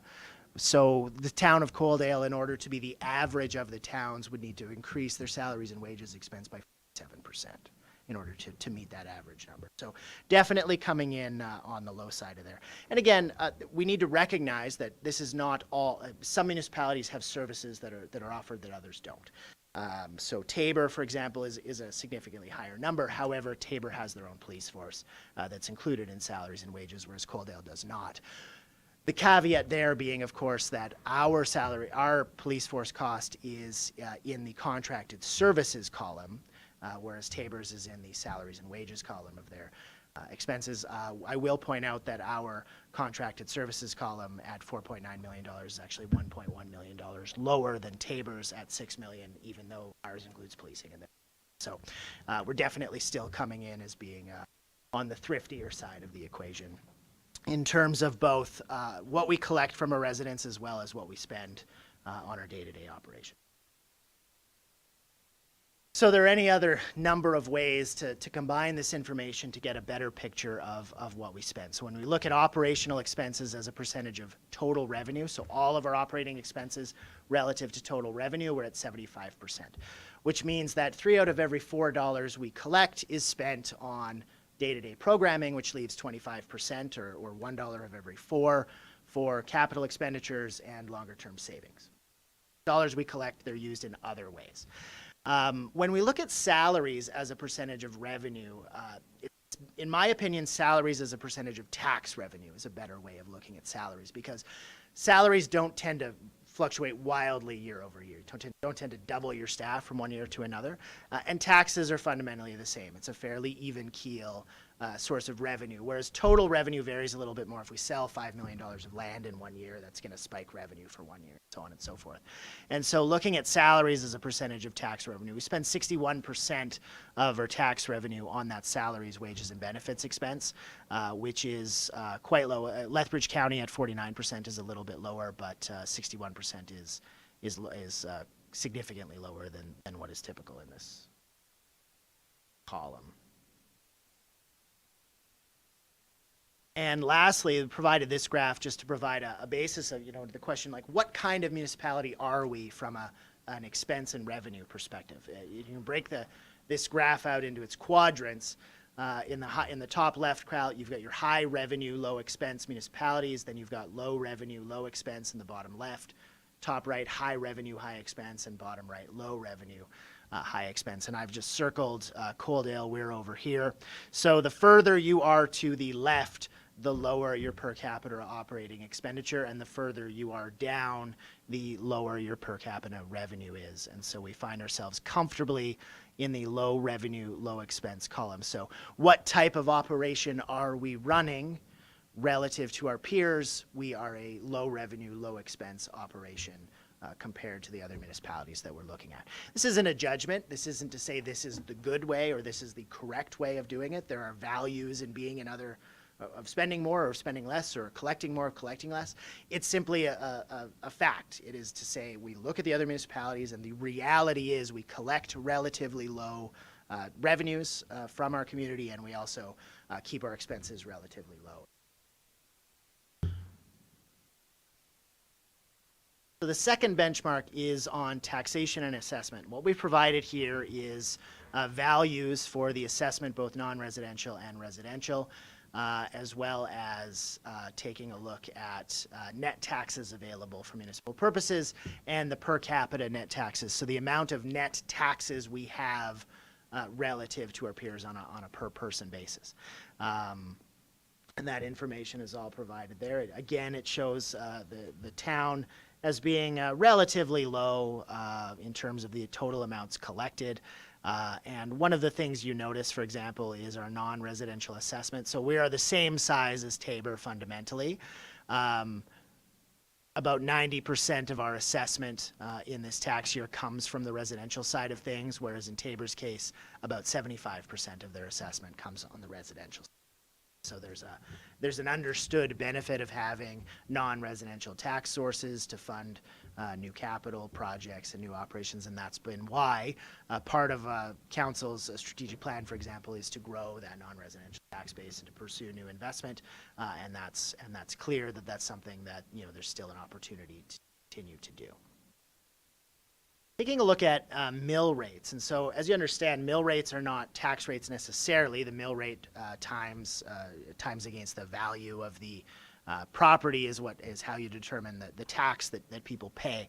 But this provides for a bit of a snapshot in terms of how Coaldale's approach to its mill rate has been over a period of time. And so when you look at this chart, when you look back to 2018, the residential mill rate at 8.15% was the second highest mill rate in the group. And in fact, in 2017, it was the highest mill rate in the group. And moving on to 2021 at just under 8, we've now moved into 5th place. And we've passed, in this time, we've passed Blackfalds and Tabor and Drumheller, I believe, in terms of where we've ended up being ranked in terms of our mill rate. Now, obviously, part of that might be from keeping the mill rate down, and part of that might be from, say, rising economic factors that are driving up the value of properties. However, Coaldale's economy is not an island. If the economy of Coaldale is booming, it's reasonable to suggest that Lethbridge County and Tabor and Lethbridge are likely also doing the same. So when you compare what's happening in Coaldale's mill rate relative specifically to the other communities in the region, you can see that there has been some work from Coaldale's side to depress that mill rate and to keep that low as councils have gone through budget, and that's continued to be the case moving forward. And in fact, over this period, Coaldale's residential mill rate has decreased by 1.91%. It is the only community that has a mill rate that has decreased in that period of time. And in fact, the average for the communities is an increase of almost 1%. Looking at the non-residential side of things, very similar story. Back in 2018 at 10.65, we were the number 5 community out of the 9 in terms of mill rate. We've moved into 3rd position. And in fact, over that period of time, the commercial or the non-residential mill rate has decreased by almost 8%. It is the only community that has decreased their mill rate in that time. And in fact, the average is a 5% increase. So that's a very significant gap. And not only that, when you look that we've moved from 5th to 3rd, the only communities ahead of us are Lethbridge County and Innisfail, and where you see stars, Tabor, Innisfail, Drumheller, and Lethbridge County, those communities also have a machinery equipment tax. And so in Lethbridge, the non-met residential mill rate is applied to the value of land plus value of building. And in those communities with a star, it's applied to land, building, and machinery and equipment. And so higher tax category that's being taxed in those communities that is not taxed in Coaldale. So we're clearly, from a commercial or a non-residential mill rate perspective, clearly have placed a great premium on keeping that value depressed over this period of time, and it's made Coaldale a very attractive place to invest in for that reason. So looking at our assessment growth, this is a category in which Coaldale has certainly excelled.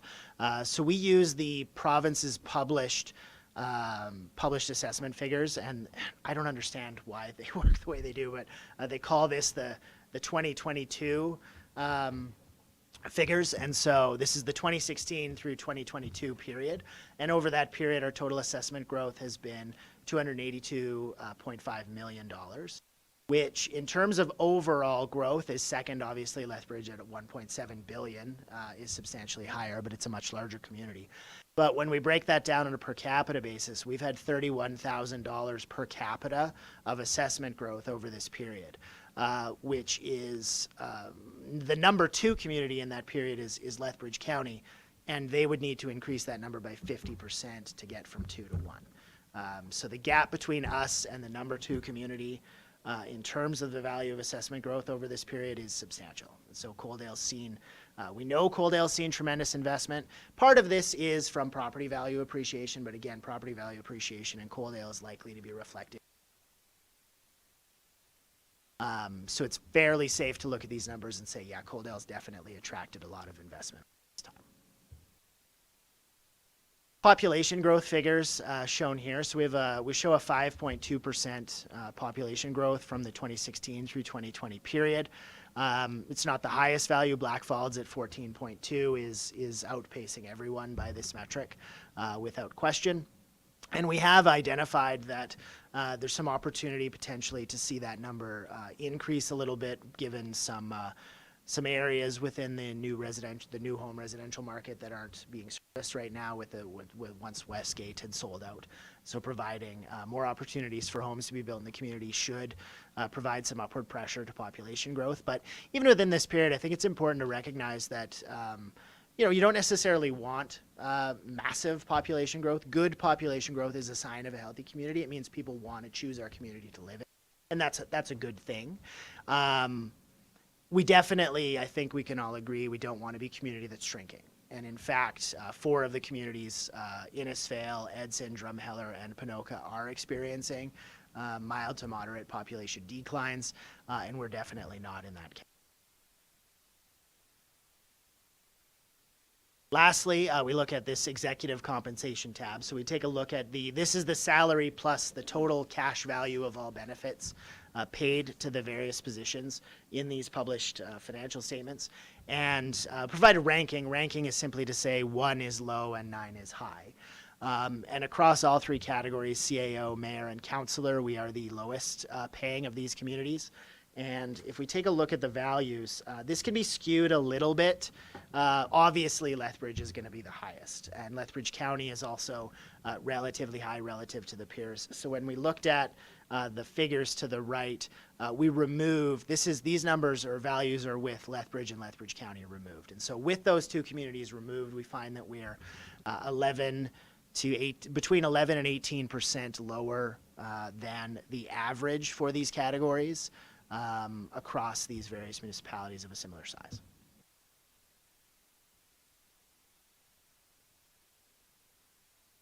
So just some generic statements about some of the information we learned. So we definitely have we've outperformed the peer group in terms of growth and development, both within the region as well as within the larger peer group. And it says, it's fair to suggest that we've done some things to encourage that growth and development over that period of time. We know that we're doing a high number of projects as an organization, and we're doing it while we're running a very lean organization. So we know that we have a significant number of capital projects on the go, and we're doing it with a workforce that's relatively small, and that's something in which we take some pride. But in order for us to be a lean organization that gets a lot done, we need to challenge the status quo. We need to be willing to do things as a municipality that are maybe take a little bit different approach than what some of our peers are doing, and we know that we do that because we're the only people that do this. So it's an indication that the way we're doing things is a little bit different, but we take some pride in that. We also recognize that in order to do that, we need to maintain a very strict focus on our strategic priorities. So we've done a good job of having a strategic plan and having a unified direction as an organization in terms of what we're trying to achieve. And the only way we can be lean and effective is to continue to all be pulling in the same direction and to understand that we're all working towards common goals. And so we need to continue to do that. And then lastly, we just need to make sure that we get this messaging out. And again, this document isn't intended to sort of be celebrating success. Rather, it's to say, we know these are conversations that we have to have in the community, right? Do we spend a lot of money on salaries and wages? Absolutely, we do. we're running an organization just like a lot of other organizations, and we do know that on a factual level, our spending is relatively low and relatively lean. Whether that's the right approach or the wrong approach, that's what you folks are elected here to decide, and that's fine. But we want to start from a position of talking about facts, and this is a document that allows us to do. So with that, happy to answer any questions council might have about the document or the analysis or the methodology behind it. Thank you, Cameron. That was a very in-depth report. Appreciate that. Sometimes I think you practice in the mirror beforehand. To be fair, I don't know if you folks are aware that there's a hockey game on this evening, so that was actually me trying to be quick. Oh, yes. So, Yeah, I'll open it up for any questions for Cameron. Councillor Chapman. Thank you, Mayor Van Ryn. I want to say how much I appreciate seeing this quarterly report. It really gives me perspective as to where we are, and I think really the real reason why we choose Coaldale to live, work, and play. With that, I noticed something that I'd never known before, and that is our total assessment is over $1 billion. And kind of a number that we had never ever heard of and known of, especially in a small town like Coaldale, to have $1 billion assessment here. With that, I think what's driving people to Coaldale is obviously the cost of living might be more suitable. And my only two questions is with the cost of living, seeing that other jurisdictions like Ponoka, Black Falls, and those other communities, you might say that their cost of living might be higher than ours.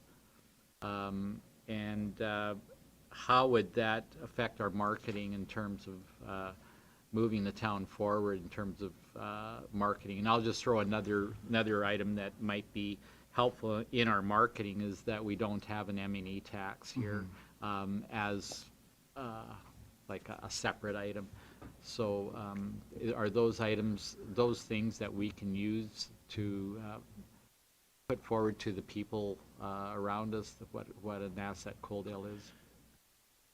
yeah, thank you for the question, Councillor. So as far as, I guess, my perspective on the issue, on the residential side of things, I'm not if we're talking about cost of living purely from a tax rate standpoint, in my experience, it's unlikely that people are going to move to Coaldale in droves to save $100 a year, for example, tax rate. I think that it's a fairly holistic decision in terms of the type of community you want to. Lots and lots and lots of reasons to want to Coaldale. From a marketing standpoint, the way I look at it is to say it's important that our tax rate is competitive. If it's double everyone else, you're in trouble. But when I look at this, I say, yeah, clearly our residential tax rate is reasonable. We want to take some pressure off it by building that commercial assessment base. We've done a good job of that. We're going to continue to do a good job of that in order to provide more services that then attract more people to town and make people happier.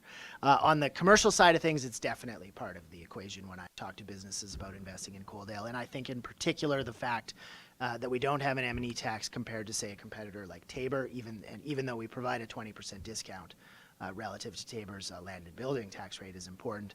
And being less than half of Lethbridge's is certainly a key talking point for me. It's 50% off or 58%, what it may be. Certainly that's something that gets people thinking about Coaldale that may not have considered it in the past, for sure.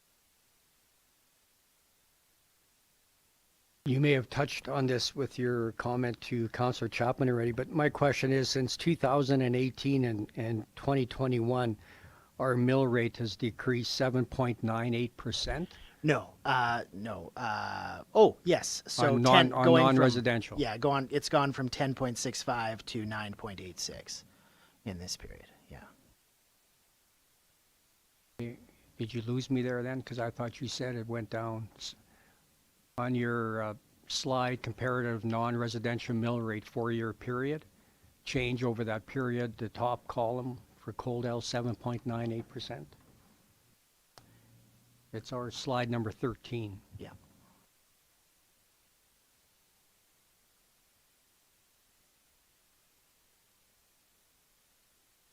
So the mill rate has gone down 7.98%. Am I reading that Yeah, correct? the mill rate went from 10.65 to 9.86, which is a 7.98%.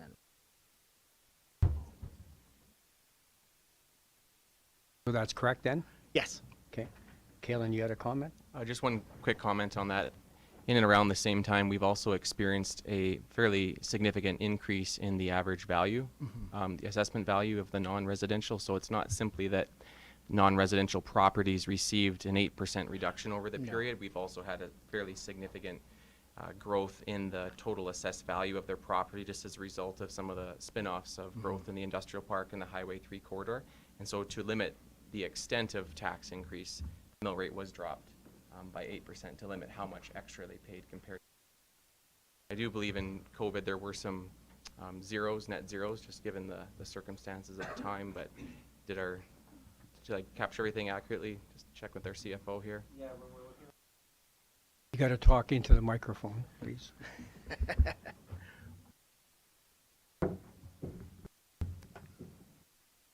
When we're looking at the mill rate, even though it does drop, the average inflation for those properties increased at that same percentage.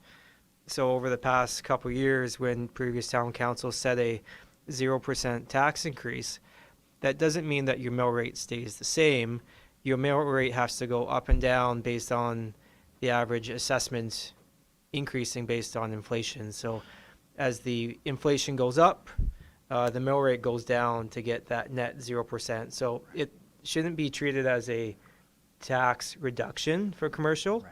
It should be treated as we're staying flat because the average value of McDonald's or any other building in Coaldale on average has gone up by that much percentage. And so if I can just expand on that point, but what we are saying here is to say some of the metrics, the values of comparing to one municipality versus another, they differ. And so this is a metric by which comparing to the closer municipalities is more valuable than comparing to the municipalities which are further away. So with Coaldale, the mill rate has decreased by 8% over this period, which is not to say that the tax rate has decreased 8%. It means that the mill rate has dropped while recognizing that obviously property values have appreciated. However, if property values have appreciated in Coaldale, it's very fair to say that they have not appreciated by a substantially different factor than Tabor, Lethbridge County, and Lethbridge. And so in this period, while our mill rate has dropped by 8%, Lethbridge's has increased by 6.5%. Okay, so So the gap is substantial. the reason I brought that up, Cameron, is that I'm all about attracting non-residential to Coaldale. So by your comment you just made before, like we're 20% lower tax rate than Tabor, over 50% less than the city of Lethbridge. Yeah. Now, tonight we passed a tax bylaw where we're raising the non-residential tax and leaving the residential alone for the most part. So, which is a good thing, but why do we have such a large gap is what I'm getting at. Why are we 50% cheaper than Lethbridge on our tax rate, or 20%?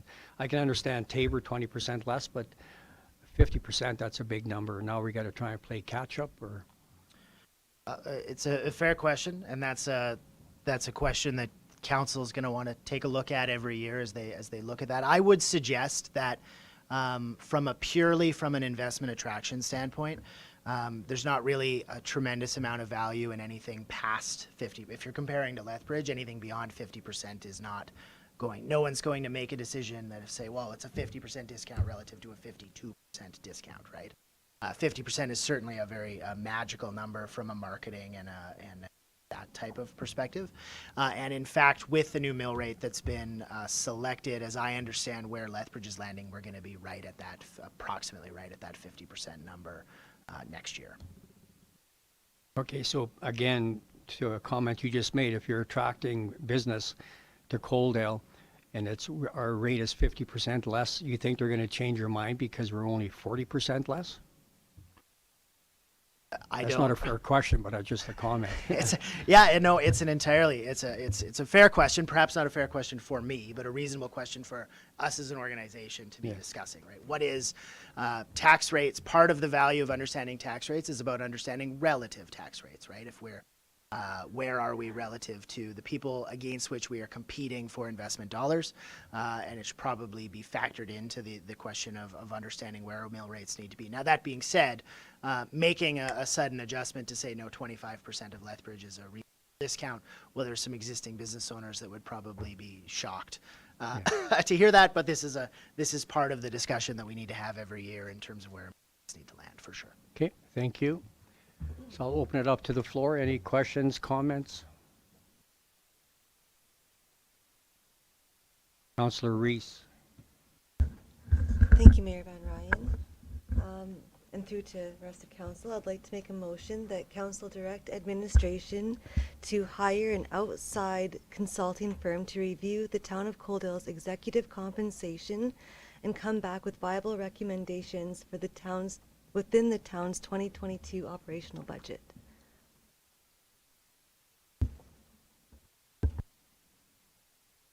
Okay, we have two motions that we're going to have to make here tonight, so we'll deal with Councillor Reese's motion first. Can I just get you to read that back one more time, please? I'd like to make a motion that council direct administration to hire an outside consulting firm to review the town of Coaldale's executive compensation and come back with viable recommendations within the town's 2022 operational budget. Okay, thank you. There's a motion on the floor. Any further discussion? Councillor Chapman.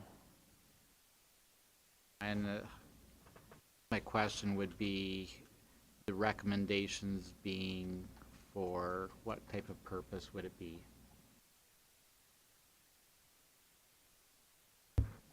Councillor Reese. Councillor Chapman. It would be to review the town of Coaldale's executive compensation and to come back with viable options for us to look over and review. Councillor or Deputy Mayor Abry. Thank you, Mayor. And just for clarity for Councillor Chapman, the way I understand it is looking at the CEO's, mayor, and council wages, because we're clearly 15, 18, 20% lower than any other municipality. So I speaking in favor of the motion, most definitely, because we need to see where it's going to land Coaldale, not only for 2022, but 2025. Thank you. Any further questions, comments? Kalen. Thank you. These are often a good opportunity to get some market research for staff salaries under the executive umbrella, not just the CAO, which you can look at in a financial statement. By law, it has to be made explicit. So that's actually one of the easiest ones to define just by doing some search. But it's really helpful for us to keep current every so often to do a review of our staff wage cycle. It helps, that kind of data helps when you're doing union negotiations, for instance, or even compensation surveys. And often Coaldale gets selected to participate amongst a list of municipal peers who are doing something similar. And so I'd like to just use this as an opportunity, if that's the will of council, to just branch out and take a look at other positions on the administrative side of the coin, simply than just the CAO one. Has Councillor Reese's motion captured that, or do you need a friendly amendment? I'm going to speak to that, Mayor.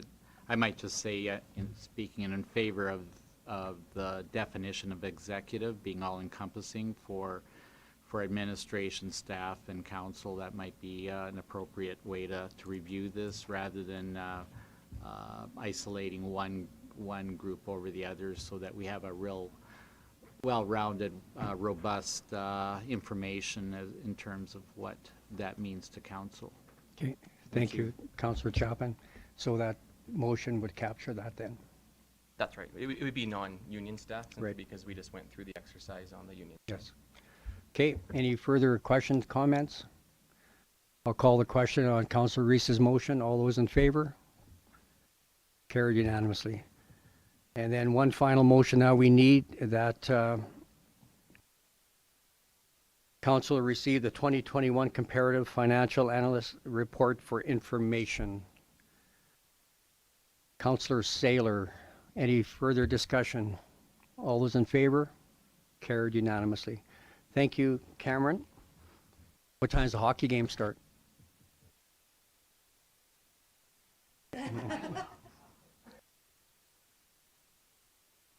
Okay, thank you. Oh, you're still up for item 9.3, the 2022 first quarter update, planning and development.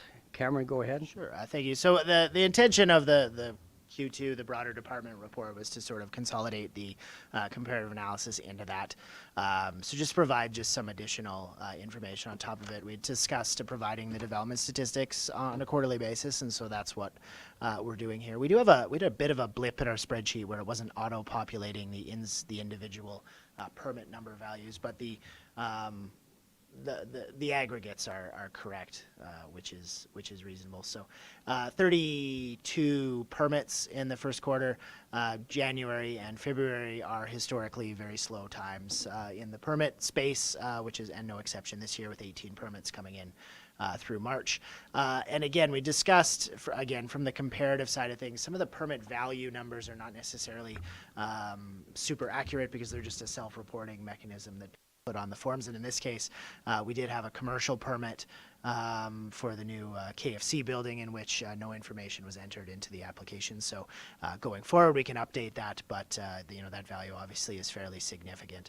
But what we do find is the stated values being at $3 million, which is not an insignificant number, and also seeing 23 compliance letters which are issued for property sales in town on a month-to-month basis. So that information here is presented for council's consideration, and then in September we'll come back with a more comprehensive report that'll look at the first half of the year, and we'll look at some of those building permit numbers, and we'll compare a couple other municipalities and have some of that more robust analysis as part of our presentation in September.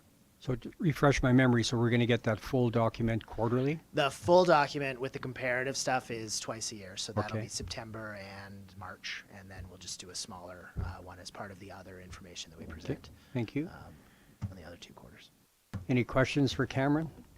Deputy Mayor Avery. Thank you, Mayor. So thank you very much for this information, Cam. One question, do you know how many lots we have for sale to build on, and where any of our developers are with developing for future lot expansion in Coaldale? In terms of residential property lots, no, I don't have the information. I know, I obviously know that we have the last phases of Cottonwood that are coming online. I don't know what his current inventory of unsold lots is. I could certainly provide that as part of, if that's something we want to look at as part of the September report. I could gather that information. We have some lots in Parkside and Cottonwood. Westgate is now sold out. And we are working currently, so we have an approved area structure plan in the south portion of Coaldale near the quads, which we are expecting won't be coming online from a development standpoint likely until next year. And that'll have a number of different uses. And the developer with the property to the west of Westgate is currently actively preparing a plan and is hoping to get that in front of council in the coming months, with an intention of developing that as soon as they're allowed to do so. And that'll be again a mix of residential uses, some higher density, but primarily providing for a similar design to what is there in Westgate. Okay. One last time, any further questions? Councillor Chapman. Yeah, thank you, Mayor Van Ryn, and through to Cam as well. Thank you so much for these reports. In years past, I'd asked as well for other areas, including infill, which I see is on here. I wanted to ask you further to that with regards to commercial and industrial developments, and whether you might want to consider doing them by subdivision, or such as the downtown or business park.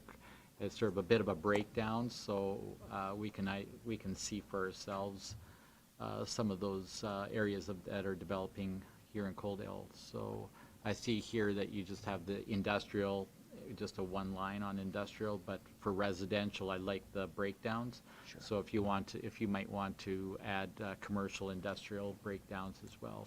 Sure. Yeah, I'd be happy to do that. Would that be a FOIP issue if you put addresses for each one of your numbers? I'm not an expert in FOIP, but the development permit applications, like for example, when an application goes to MPC, the application itself is presented public, yeah. publicly, and that would have that information on it. So I imagine it's probably fine. Probably. Okay, or you can explore that. Sure. Okay, last chance. Any more questions, comments? Okay, I need someone to sponsor that we receive the 2022 Q1 Update Planning and Development Report as information. Councillor Pickering, any further discussion? Seeing none, I'll call the question. All those in favor? Carried unanimously. Thank you, Cameron. Go Flames, go. I'll leave my red light on then. Okay, moving on to information items, 12.1.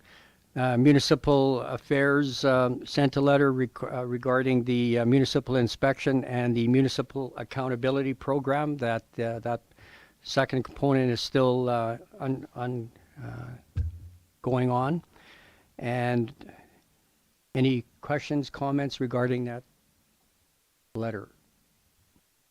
Seeing none, can I get someone to make a motion to receive the correspondence from Municipal Affairs as information? Councillor Reese, any further discussion?